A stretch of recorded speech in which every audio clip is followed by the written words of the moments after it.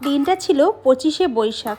তোমরা হয়তো শুনতে পাচ্ছ যে ব্যাকগ্রাউন্ডে হয়তো রবীন্দ্রসঙ্গীতও হয়তো চলছে। তো আমাদের এখানে একটা জিনিস খুব ভালো, তো আমরা এমন একটা জায়গায় থাকি যে সেটা পুজো বলো, রবীন্দ্রসঙ্গীত বলো, যে কোনো অনুষ্ঠানে কিন্তু মোটামুটি গান চলতে থাকে। তো তোমার আর কি আলাদা করে তোমার ক্যালেন্ডার দেখারও প্রয়োজন পড়বে না, গান শুনেই তুমি বুঝে যাবে যে কি আজকে উৎসব আছে। তো সেরকম। তো এদিকে দেখো বর যেহেতু বাড়ি ছিল, তো বর বললো একটু চা করো বিকেলবেলা নাগাদ। তো বিকেলবেলা চা করে নিলাম, এদিকে পাতা চা করেছি জানো তো, ওই যে পাতা চা করে নিয়েছিলাম, আর সাথে করেছিলাম পাঁপড় ভাজা। যেহেতু আমাদের ঘরে খুব একটা নিমকি চানাচুর এই সমস্ত আনা হয় না, তো আমার বর এইসব পছন্দ করে না, তাই কিন্তু পাঁপড় বেশি করে এনে দেয়। তো মাঝে মধ্যে একটু চাটা খেলে এই পাঁপড়গুলো ভাজা করলে বেশ ভালো লাগে খেতে, দেখবে। আর তাছাড়া ডাল হলেও কখনো, কিংবা খিচুড়ি হলেও কিন্তু পাঁপড় ভাজা হয়। তো দেখো একটু বেশি করেই ভেজে নিয়েছি, কারণ এগুলো না ঠিক খেতে খেতে যে কখন শেষ হয়ে যায় তা কিন্তু মানে টের পাওয়া যায় না, তাই একটু বেশি করেই কিন্তু পাঁপড়গুলো ভেজে নিয়েছি। তো একে একে কিন্তু সব দেখো একটু বেশি করে তেল দিয়ে আর ছাঁকা তেলে একটু বেশি করে সব পাঁপড়গুলো কিন্তু সব ভেজে তুলে নিয়েছি।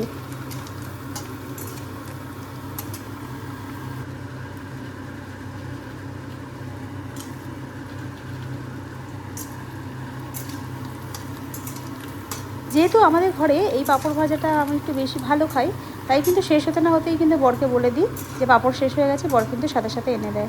তো দেখো তোমাদের সাথে কথা বলতে বলতে কিন্তু এরকম দেখো এক গাবলা কিন্তু পাঁপড় কিন্তু ভেজে নিয়েছি, আর সাথে কিন্তু এরকম 2 কাপ কিন্তু লাল চা বানিয়ে নিয়েছি। তো এই দিয়ে কিন্তু সন্ধ্যাবেলা টিফিনটা হয়ে গেল আমাদের। তো দেখো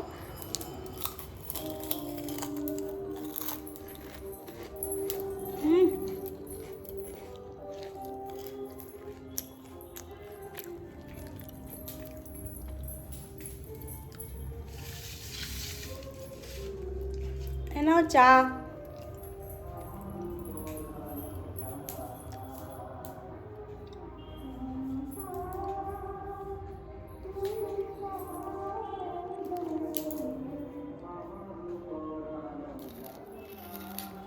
আর আমার একটা বাজে অভ্যেস আছে, রান্নাবান্না করে না মাঝে মধ্যে চিমনির সুইচটাকে না চালিয়ে রেখে চলে আসি, আর মনে থাকে না। তো বারবার করে একটু মাঝে মাঝে গিয়ে একটু চেক করি যে সুইচ টুইচ সব অফ করা আছে কিনা।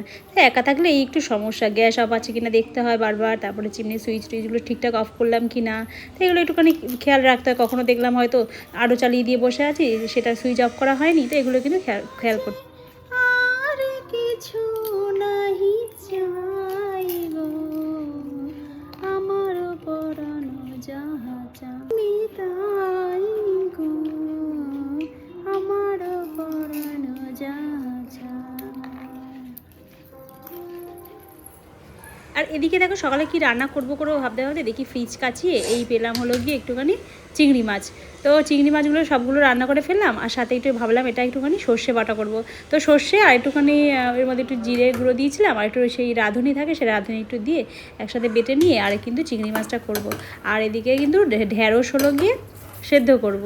তো এই ঢ্যাঁড়স সেদ্ধ জলটা না আমি খালি ভাবি ফেলে দিতে না কেমন লাগে, ভাবি যে এটা যদি চুলে দেওয়া যায় তো ভালো হয় না, কিন্তু কখনো আমি দিইনি, তো ওই জন্য আর সাহস পাই না। আর এই হলো একটা মাছ, তো এটা এত ভালো লাগে না আমার কাছে যেন, মানে এই মাছটা সবথেকে ফেভারিট লাগে। এত টেস্ট লাগে না, যে কোনো জিনিসে দেখে দিলে খুব ভালো লাগে, তার মানে টেস্টটাই পুরো দ্বিগুণ হয়ে যায় চিংড়ি মাছটা দিলে। তো তারপরে বিশেষ করে সর্ষে বাটা খেলে তো আরও ভালো লাগে। তো এই চিংড়ি মাছটাকে একটু ভেজে নেব প্রথমে, তো বেশি ভাজবো না, একটুখানি হালকা ভাজবো, কারণ চিংড়ি মাছ নাকি আবার বেশি ভাজলে শক্ত হয়ে যায়, তখন টেস্ট থাকে না, তাই জন্য কিন্তু একটু হালকা করেই ভাজবো। তো ভেজে টেজে নিয়ে তারপরে এর মধ্যে কিন্তু একটুখানি কালো জিরা ফোড়ন দিয়ে আর হলো গিয়ে ওই সর্ষে বাটা যেটা আছে তো সেটা দিয়ে কিন্তু করে নেওয়ার, এটা খুব শর্টকাট হয়ে যায়, দেখবে ঝপঝপ রান্না হয়ে যায়, বেশি সময়ও লাগে না। আর এদিকে কিন্তু বর নিয়ে এসেছে লিচু আর হলো গিয়ে এই দেখতে পাচ্ছ এই যে পেয়ারা, তো এটা নিয়ে এসেছে।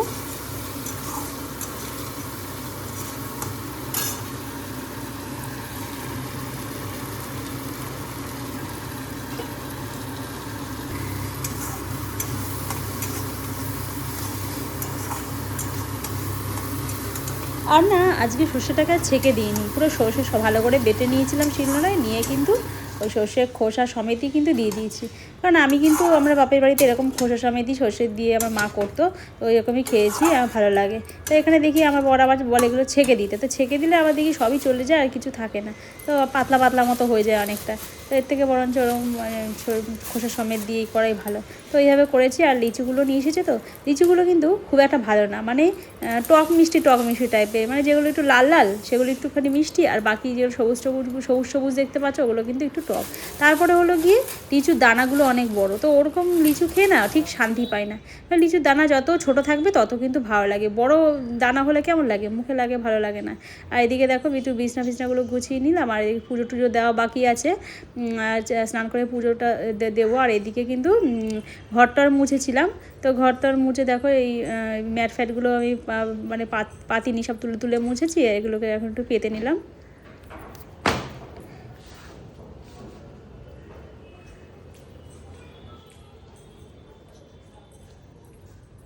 বেশ কিছুদিন পর কিন্তু হালকা একটু রোদ উঠেছে, তাও আবার কিন্তু খুব বেশি রোদ না, মানে হালকা যেটাকে বলা হয়, তো কাজ চালানোর মতো। বেশি আবার কী বলতো মেঘলা মেঘলা হয়ে থাকলে জামা কাপড়গুলো শোকাতেও চায় না, অনেক ঝামেলা, ভালো লাগে না আমার ঠিক।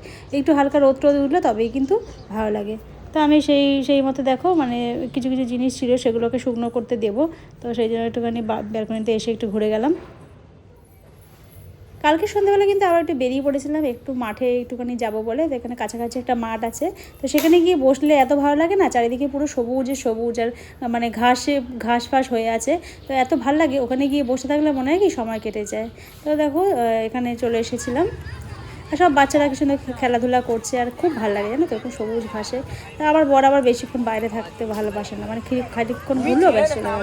তা আমরা ভাবি যে আমরা আগে তো কত ঘুরতাম এখানে ওখানে, মাঠে গিয়ে এখানে ওখানে বসে থাকতাম, তো এগুলো আমার আবার খুব ভালো লাগে। তো বললো খানিকক্ষণ বসার পর বললো চলো, কিন্তু আমি আবার মানে ঘরের দিকে চলে আসি। আর ঘরে না একটু পেঁয়াজ ছিল না, সেই পেঁয়াজটাও একেবারে নিয়ে আসলাম। তো হেঁটে চলে এলাম, আর সাথে নিয়ে এলাম দেখো 2 কিলো পেঁয়াজ। তো পেঁয়াজটা শেষ হয়ে গেছিলো, তো পেঁয়াজ নিয়ে এসেছি, এগুলোকে রেখে দিই এখন জায়গা মতন। তো হ্যালো ফ্রেন্ডস, তো অনেক দিন হয়ে গেছে বন্ধুরা জানো তো লুচি খাওয়া হয় না, তো ভাবছি লুচি বানাবো, তার জন্য কিন্তু একটু ময়দা আর আটা দুটো মিক্স করে নিই আর মাখবো। আর ময়দাগুলো না প্রায় বলতে গেলে অনেক দিন রেখে না একটুখানি পোকা পোকা মতো হয়ে গেছে, তো সেটাকে একটুখানি ছেঁকে নেবো ভালো করে। ওই যে ইয়ে করে না, সেই যে একটা ঝুড়ি টাইপের হয় না, যেটাকে কী বলে ওটাকে, ছাঁকনি এই যে, সেটা আমি কিনে নিয়ে এসেছিলাম, আমার ছিল না, তো এর মধ্যে নিয়ে এসেছিলাম এই যে এগুলো দিয়ে। তো এটাকে নিয়ে ভালো করে ময়দাটাকে ছেঁকে নিয়ে মানে টেলে নিয়ে তারপরে কিন্তু মাখবো। তো চলো মেখে ফেলি। তো এই দেখো এখানে ময়দা নিয়ে নিয়েছি, আর এরকমভাবে একটু থালা নিয়ে নিয়েছি, থালাতে করলে না সুবিধা হয়, নয়তো কী বলো তো চারিদিকে পুরো ছিটকায়, তো অনেক অসুবিধা হয়, তাই জন্য কিন্তু এরকম থালা নিয়ে নিয়েছি। এই দেখো পোকা দেখেছো, তো আমি না ঠিক বুঝে পাই না, দেখো এত সুন্দরভাবে দেখো কন্টেনারের মধ্যে মানে ঢেকে রেখে দিয়েছি, তারপরেও এর ভেতরে কী করে যে পোকা ঢুকে যায় আমি বুঝে পাই না। তো মনে হয় কি যে উৎপত্তি হয়, মানে পোকাগুলোর উৎপত্তি মনে হয় এর ভেতর, মানে ভেতর থেকেই তৈরি হয়, ওই জন্যই এরকম পোকা হয়ে যায়। এই দেখো ঠিক আছে পোকা, তো এগুলোকে এখন ফেলে দেবো। এই দেখো, তো এর মধ্যে একটুখানি মিশিয়ে নেব আটাটারও একই দশা হয়েছে, সব মরণ দশা, সব যখন পোকা লাগে একসাথে সব পোকা লাগে। তো চলো দেখি আটাটা দেখি কীরকম বেরোয়। এই দেখো আটা ময়দা মিশিয়ে করবো আমি, তাতে ভালো হয়। এই দেখো আটারও একই দশা, মানে কি বলবো আর, মানে এই একটু বৃষ্টি হলে না মানে কোনো কিছুই মানে রাখা যায় না, একদম ফ্রেশ জিনিস বেশি দিন হয়ও নিয়ে এনেছি দেখো, তার মধ্যে আর ডাল ফাল হলে তো ব্যাস তার তো অবস্থা আরও খারাপ করে দেবে। যেমন ধরো বলে যেটাকে বলে ছোলার ডাল, এই সমস্ত কোনো কিছু এনে রাখা যায় না এই পোকার জন্য, একটু মশা টশা হলে। এই দেখো এই দেখেছো এর মধ্যেও পর্যন্ত পোকা হয়েছে, কি বলবো বলো।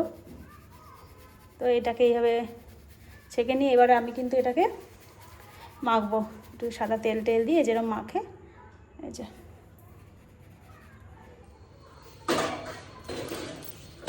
ওটাকে কিন্তু মেখে নিয়ে আমি কিন্তু এরকম রেস্টে রেখে দিয়েছিলাম। তো তোমাদেরকে দেখাই, এই এতটা মতো হয়েছে, তো অনেকটাই হয়েছে, মানে খাওয়ার পরে খানিকটা ছিল, তো পরের দিন আবার চা করে খেয়ে নিয়েছিলাম। আর এদিকে কিন্তু আলুগুলো ধুয়ে নিচ্ছি, এরকম আলু ডুমো করে আলু কেটে নিয়েছি, আর এটা একটুখানি সাদা আলুর তরকারি যেরকম বলে না ওরকম সাদা আলুর তরকারি করবো, আর একটু কাসুরি মেথি দেবো, তাতে কী বলো তো গন্ধটা ভালো লাগে। তো যেখানে দেখো একটু লঙ্কা টঙ্কাগুলো যা ছিল সেগুলো একটু কেটে নিলাম।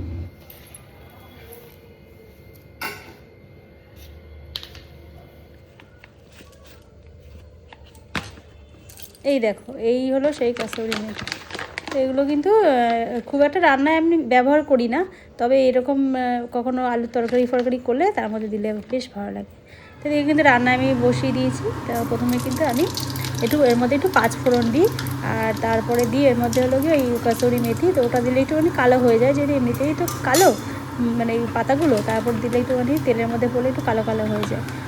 তো দেখো এর মধ্যে দিয়ে দেবো ওই কাসুরি মেথি, দিয়ে হালকা একটু নেড়ে নিয়ে তারপরে কিন্তু আলু টালুগুলো দিয়ে আর রান্না করবো। আর সেরকম করে আর মশলা কিছু দেবো না, একটু মানে হলুদও দেবো না। হলুদ অন্য রান্না হলে হলুদ দিতাম, নর্মাল তরকারি হলে, যেহেতু সাদা আলু বলেছি তো হলুদও দেবো না, শুধু একটু লবণ দেবো। দিয়ে কিন্তু পরে ভালো করে ভেজে টেজে নিয়ে আর একটু লাস্টে দিকে একটু জল টল দিয়ে চাপা দিয়ে রেখে দেবো। আর লাস্টে আলুগুলো একটু ভেঙে দেবো, তাহলে কিন্তু গ্রেভির মতো হয়ে যাবে। সেভাবে কিন্তু ওই তরকারিটা আমি কিন্তু করে নিলাম।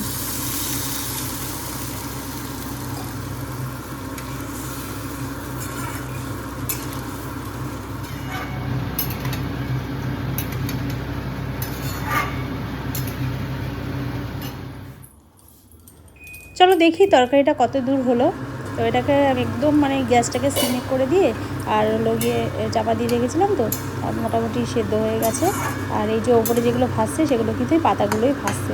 তো এগুলোকে আমি খুন্তি দিয়ে একটুখানি আলুগুলোকে ভেঙে দেবো, নয়তো গ্রেভি তো হবে না, নয়তো এর মধ্যে কোনো মশলা নেই, তো গ্রেভি কোথা থেকে হবে। আলুটাকে একটু ভেঙে ভেঙে দিলে তবে কিন্তু একটু গ্রেভি মতো হবে আর ভালো লাগে খেতে।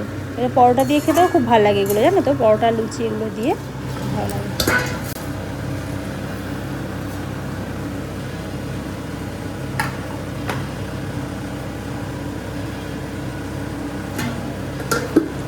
আমি কিন্তু এখানে দেখো লুচির কিন্তু লেচিগুলোকে এরকমভাবে গোল করে নিলাম।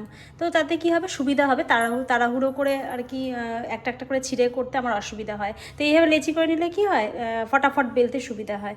তো দেখো আমি কিন্তু লেচি করে নিয়েছি, এবারে কিন্তু গরম গরম ভাজবো। আর এখনও তেল ফেল দিইনি, কড়াটাকে একটু ধুয়ে নিয়েছি। তো এবারে ভাজবো আর কিন্তু মানে খেতে দিয়ে দেবো বরকে। তো চলো এগুলোকে ভেজে ফেলি, বেলে বেলে নেবো আর হলো গিয়ে বেলে ভাজবো।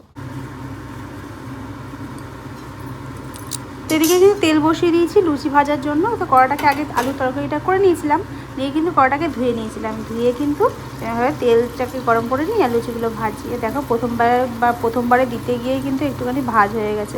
তো কী বলো তো, এক হাতে তো একটু অসুবিধা হয়, এক হাতে ফোন ধরে মানে তারপরে ভিডিও করা একটু প্রবলেম হয়। তারপরে আবার কী বলো তো, তেলের কাজ তো মানে এক হাতে ধরো তেল ধরছি আবার মোবাইল ধরছি, একটু প্রবলেম হয়। তো দেখো এরকম প্রথমবারটা একটু অসুবিধা হয়েছিলো, তো আস্তে আস্তে কিন্তু আমি কিন্তু সব লুচিগুলোকে এইভাবে কিন্তু করে নিলাম। আর লুচিগুলো দেখেছো এরকম ফুলকো লুচি হয়েছে, একদম একদম ফোলা ফোলা, একদম ফুচকার মতন ফোলা ফোলা। এই দেখো লুচিগুলো কিন্তু আমি সব ভেজে নিলাম একে একে। আর আমার লুচিগুলো দেখেছো কেমন একটু ব্রাউন কালার হয়েছে, যেহেতু আটা মিশিয়েছি না, এই জন্য একটু ব্রাউন কালার হয়েছে। নয়তো একদম পুরো যদি পিওর যদি ময়দা দিয়ে করতাম তো একদম ধবধবে সাদা হতো বেশ। আর আমার না বেশি সাদা করে আমি ভাজি না লুচি, একটু হালকা একটুখানি মানে ডিপ করেই ভাজি, মানে একদম সাদা সাদা হলে আমার মনে হয় কি কাঁচা কাঁচা আছে এরকম মনে হয়, কিন্তু কাঁচা নেই, কিন্তু তবুও আমার মনে হয় কাঁচা আছে। আর এদিকে কিন্তু হাঁড়িতে তুলে নিয়েছি। আমি যখনই লুচি ভাজি আমি সবসময় কিন্তু হাঁড়িতে রাখি, আমার মায়ের কাছ থেকে এটা দেখে শিখেছি। কারণ হাঁড়িতে কী বলো তো, জায়গাটা পেটটা যেহেতু হাঁড়ির গোল থাকে অনেকটা জায়গা ধরে। আর এমনি জায়গায় রাখলে কী হয়, কিছুক্ষণ পরে দেখি জায়গা একদম ভরাট হয়ে যায়, রাখার জায়গা অসুবিধা হয় রাখতে। এই জন্য কিন্তু আমি হাঁড়িতে সব ভরে নিই লুচি। এবার কিন্তু করে নিলাম সব একে একে কিন্তু লুচি করে নিলাম। আর রাত্রেবেলা কিন্তু এই লুচি আর হলো গিয়ে এই সাদা আলুর তরকারি, তো এই দিয়ে কিন্তু আমরা কিন্তু ডিনারটা সেরে নিলাম। তো বন্ধুরা আজকে ভিডিওটা এইটুখানি, টাটা। তো ভিডিওটা কেমন লাগলো অবশ্যই জানিও। তো ফিরে আসবো অন্য কোনো ভিডিও নিয়ে। তো তোমরা ভালো থেকো, সুস্থ থেকো, হ্যাপি থেকো।